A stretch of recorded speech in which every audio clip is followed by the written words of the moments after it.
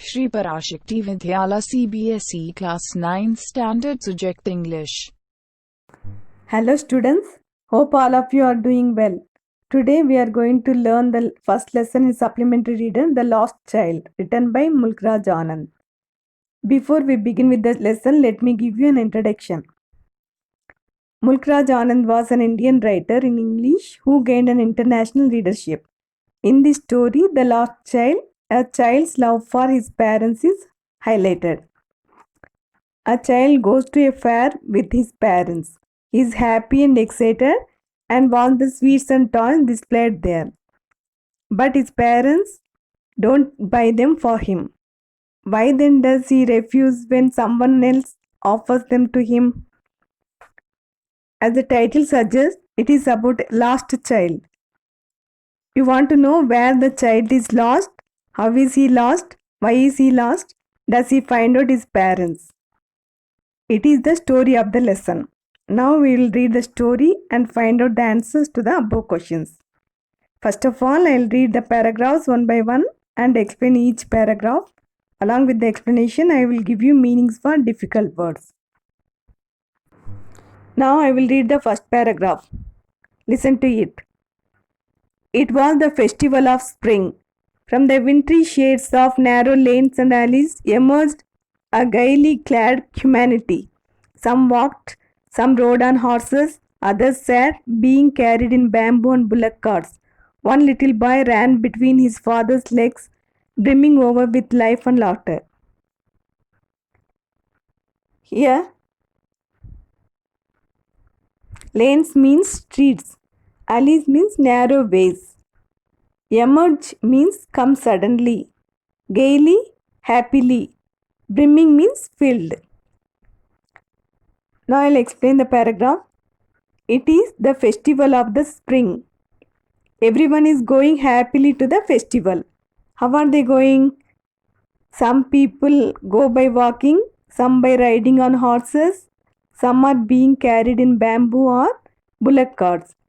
The child is very happy and excited because he is also going to the festival with his parents. Now I'll read the next two paragraphs.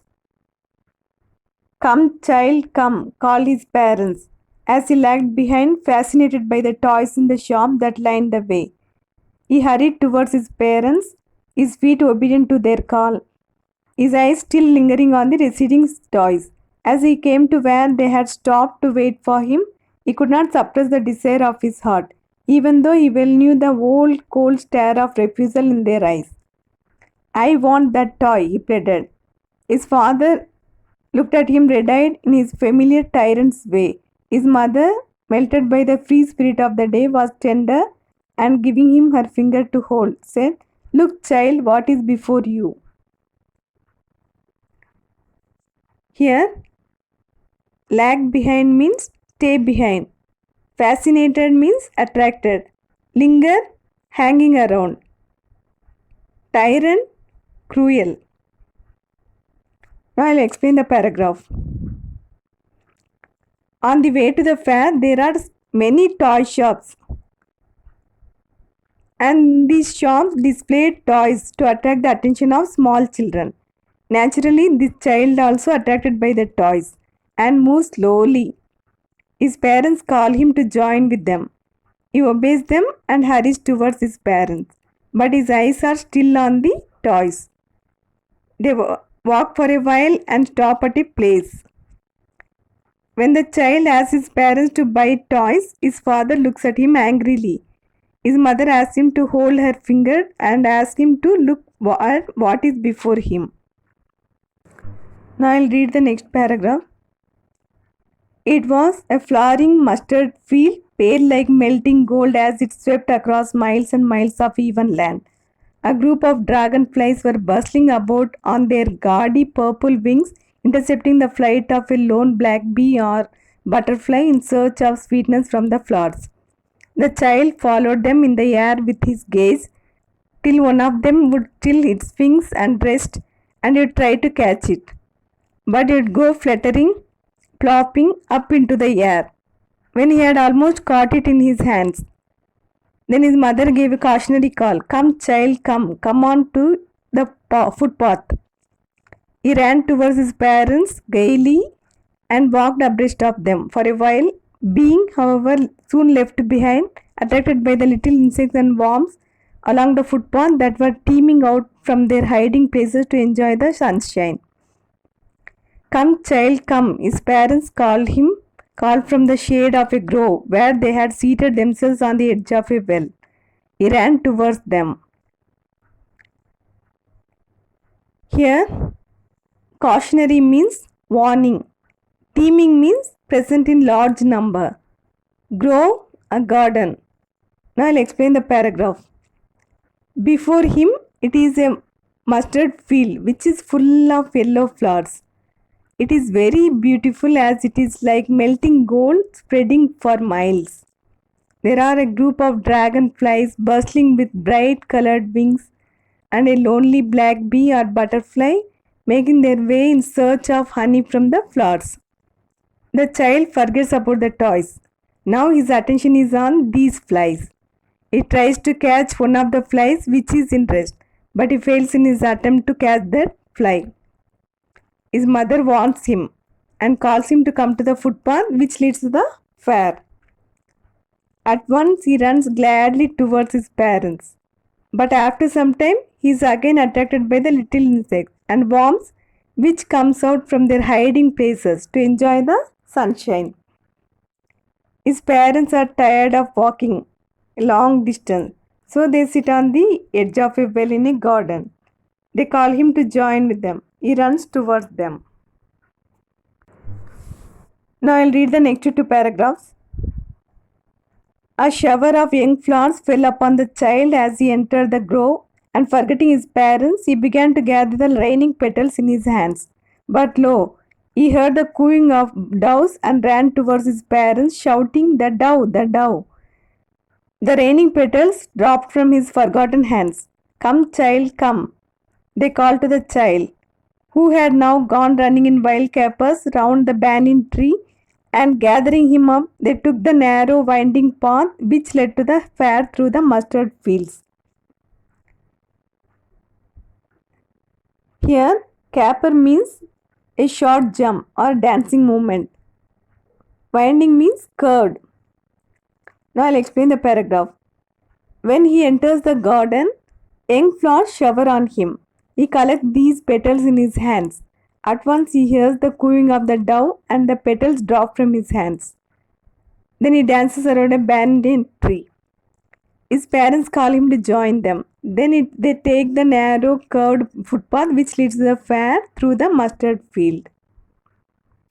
Now I'll read the next two paragraphs. Listen to it.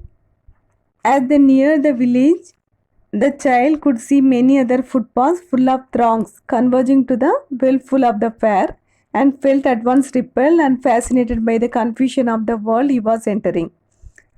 A sweetmeat seller hawked gulab jamun, rasagulla, barfi, jalebi at the corner of the entrance, and a crowd pressed round his counter at the foot of an architecture of many colored sweets decorated with leaves of silver and gold.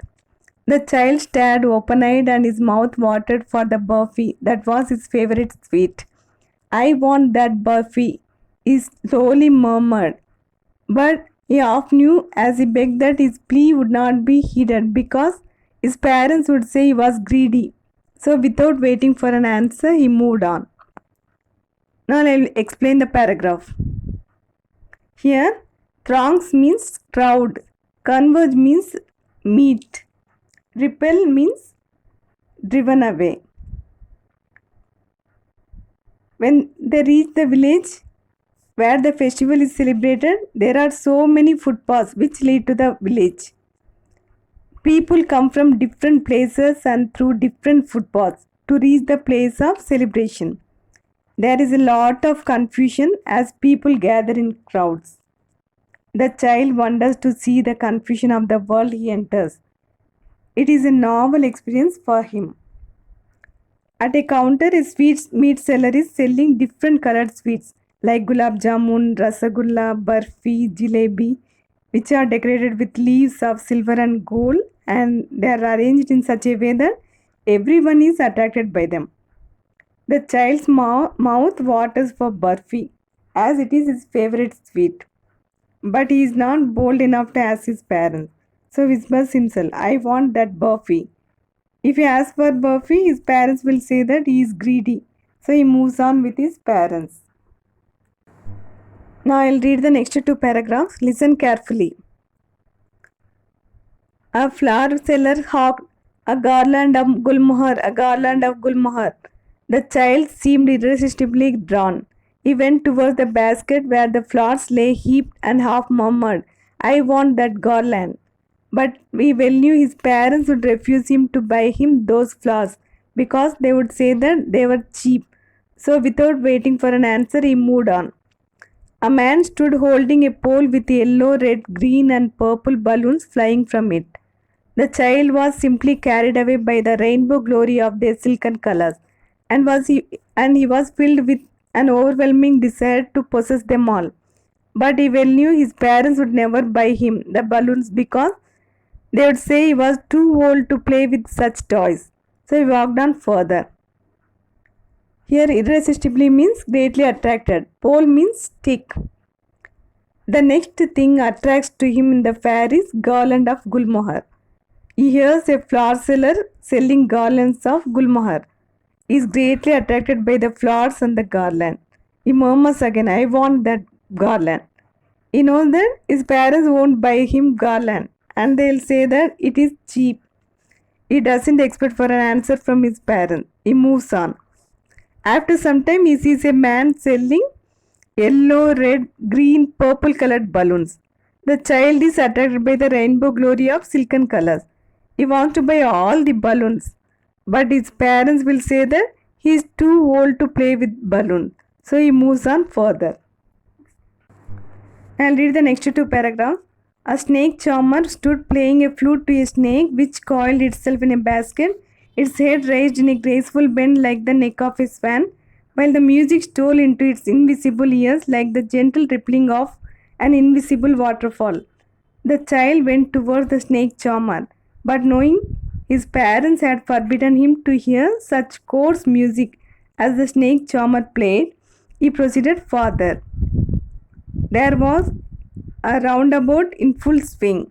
Men, women, and children, carried away in a whirling motion, shrieked and cried with dizzy laughter.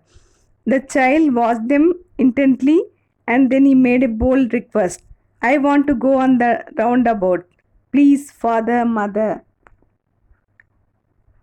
Here, coil means wriggle. Graceful means beautiful. Invisible means not seen by eyes. Roundabout, merry-go-round. Dizzy means confused. Now I'll explain the paragraph. A snake charmer plays a flute, and a snake which coils in the basket bends its head gracefully like the neck of a swan to the musical sound of the snake charmer. The child is now attracted by the snake charmer, but he knows that his parents forbids him to hear such coarse music, so he moves on further. In the fair, there are so many attractive things for the small child. One of them is a roundabout. Men, women, children shriek and shout loudly while carrying away in a merry-go-round.